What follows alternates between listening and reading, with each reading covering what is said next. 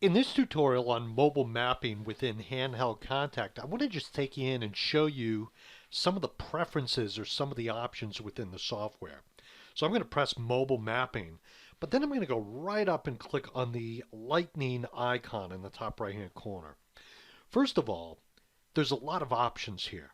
So if you can picture this, try to imagine that you're not in the office and you want to search for things. Now, as I've mentioned before, in this particular database, I have a lot of people in the St. Louis, Missouri area in this database. I just imported some contacts, happen to be in that general area. So we can change the units of measurement, but the radius is what you might find the most interesting. So you might say, you know what, if you're in an area, say you're in St. Louis, Missouri, and you say, I want to find anything within 10 miles, I had it set to 5, but I can quickly and easily change this to 10 by typing in 10, press enter. Now that changed. Now where do I want to search from? My current location, or do I want to use the My Records address? The My Record is your contact information within Act. So it's your contact, so it's your base of operation.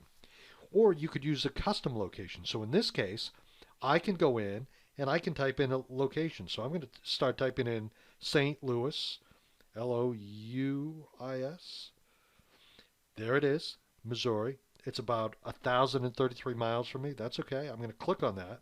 And now that has made it as my primary location.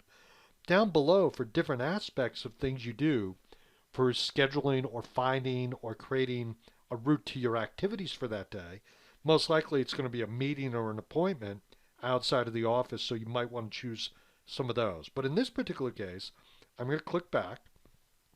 I'm going to go down to search nearby, and I'm going to go states, but this time I am going to go Missouri for the state. In the previous example, I used Massachusetts, and I'm going to press go.